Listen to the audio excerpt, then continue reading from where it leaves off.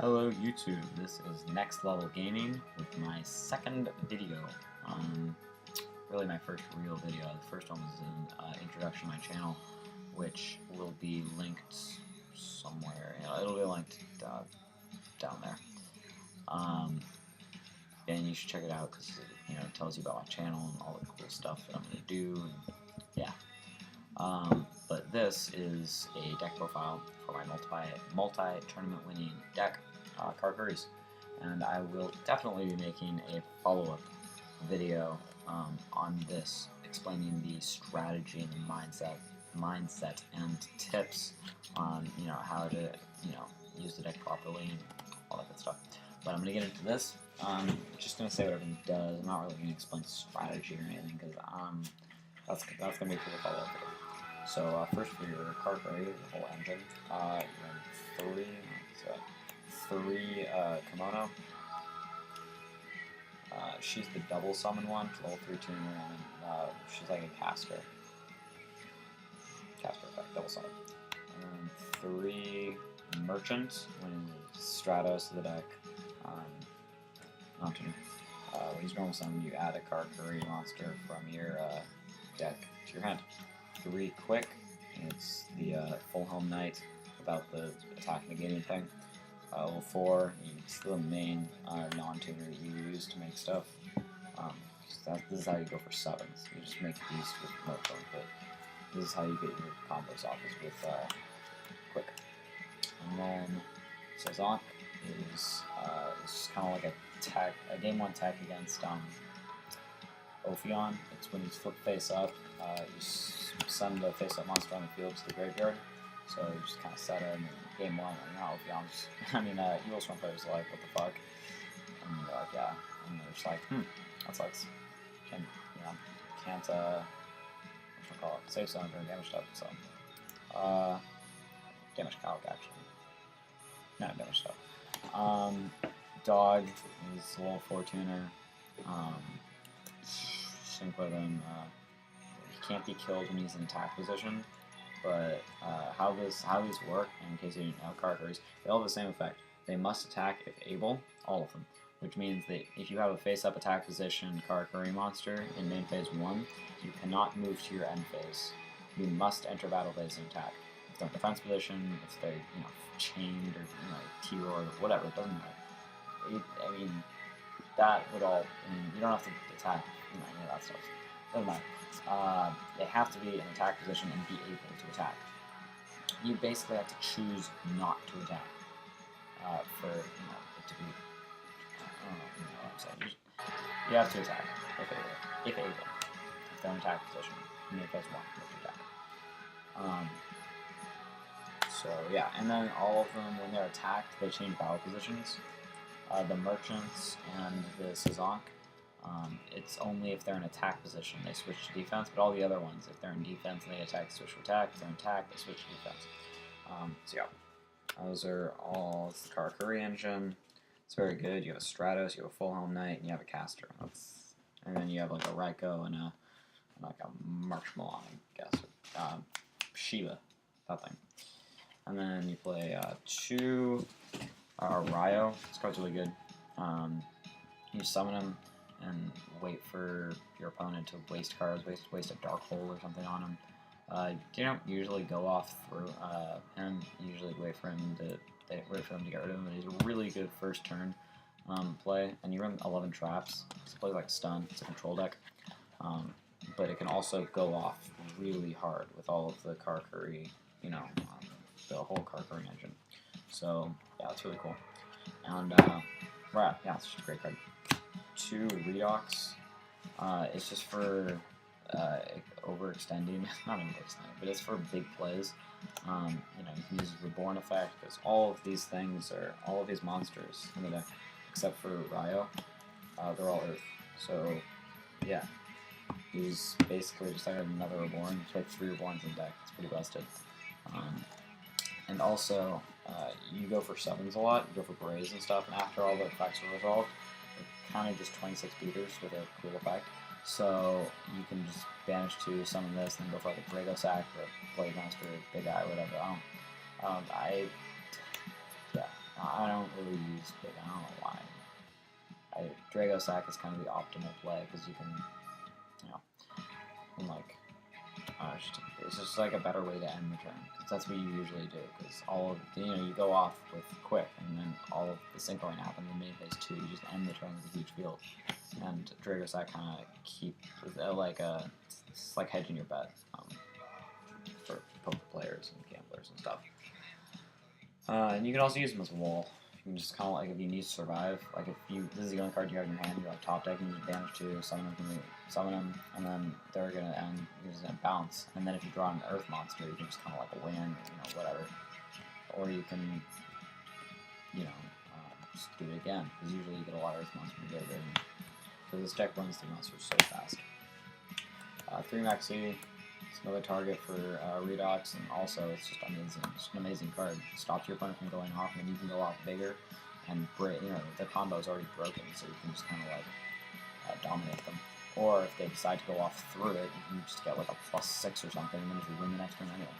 You don't play Gores, so I mean, technically you can't like, if they're going for game, Maxi won't really help because you can't draw anything useful, but if they don't go for game, because you play 11 traps, so hopefully you'll be able to do something like compulse something and then just save yourself and then just win the next turn anyway. So that's all traps. It's 18 traps. Monsters. Oops. 18 monsters. You play 2 Cash. It's like a Rhoda for Karkuris. You target a Karakuri monster inside the field, switch its battle position, and add a Karakuri monster from your deck to your hand. There's a reason why the switching battle positions is good. I'll explain that probably in my tips video. But it's very important you run this at 2. 3 is kind of laggy. You don't want to draw it like without Karakuris because it's dead. 2 Duality. I used to run Neutrons to come out for the Redox. These add consistency back into the deck. I love them. It's an amazing card. It wins games. Honestly, it does. It turns your hand. I mean, the choice of 3 cards. It can turn mediocre hands into good hands. It can turn great hands into game-winning hands. Just the nuts. It can turn great hands into the nuts. It's an amazing card. 2 Lance. Use it offensively, defensively. Use it with like quick to like shrink their shit and then just run it over. And you can just save your stuff.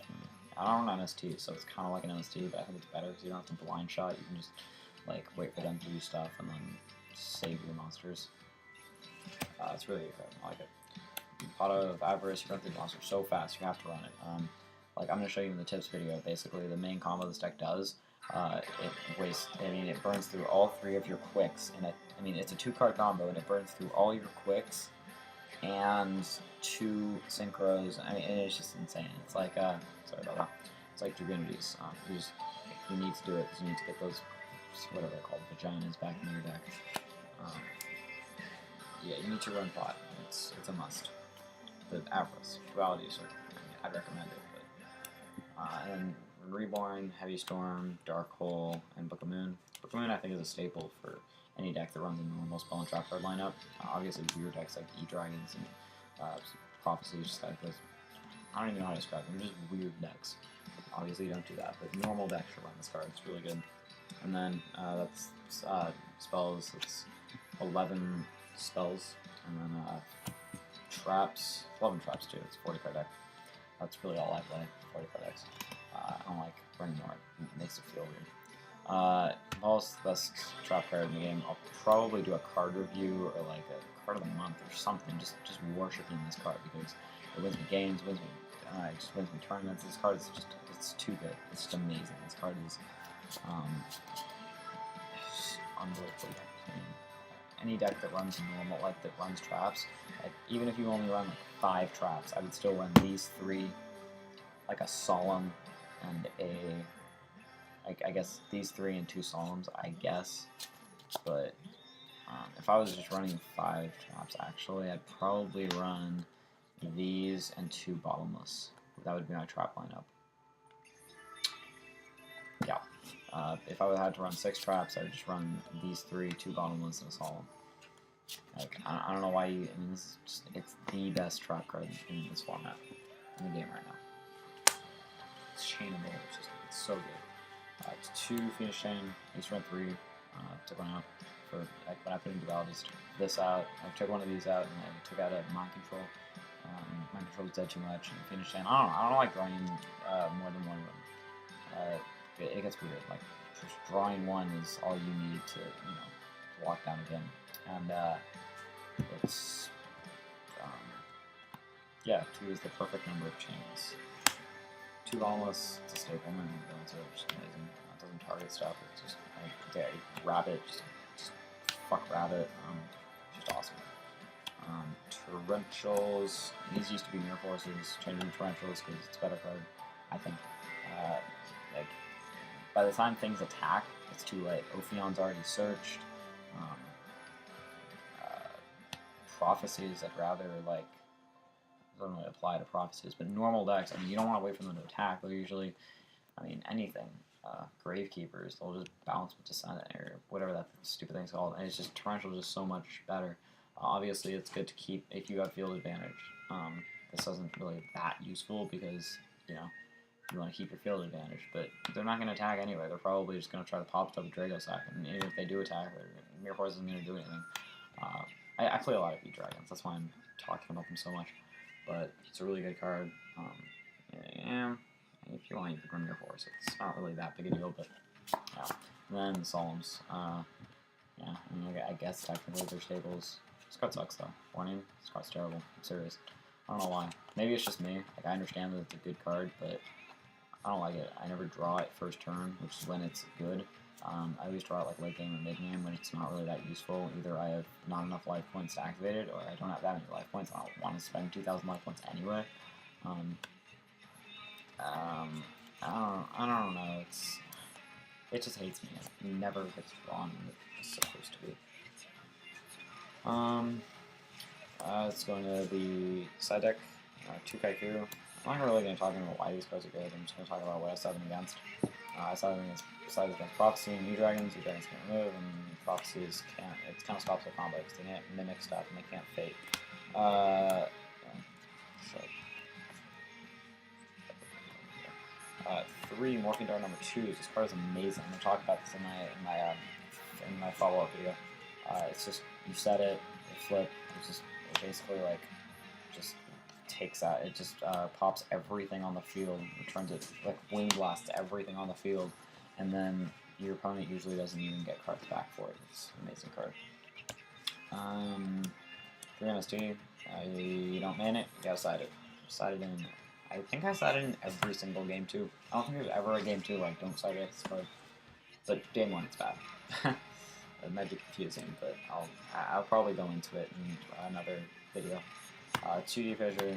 You don't use any graveyard control in this deck, so Defissure is must. It's just why wouldn't you run it? It doesn't hurt you, and it hurts a lot of decks. 3 Mind Drain. I used to run 3 Banisher, but I don't like it. I changed it to Mind Drains recently because it stops dragons from doing anything, really. It's just, I don't side it in when I'm going second. I only side it in when I'm going first. And I went to dualities. That's another reason why I went duality. It helps you get to your side deck cards faster. You set it, they draw, standby phase, activate. Congratulations, you lose. If you don't have like a MST or a Twister, I don't even know if they play Twister. Anyway, I don't think anyone does. But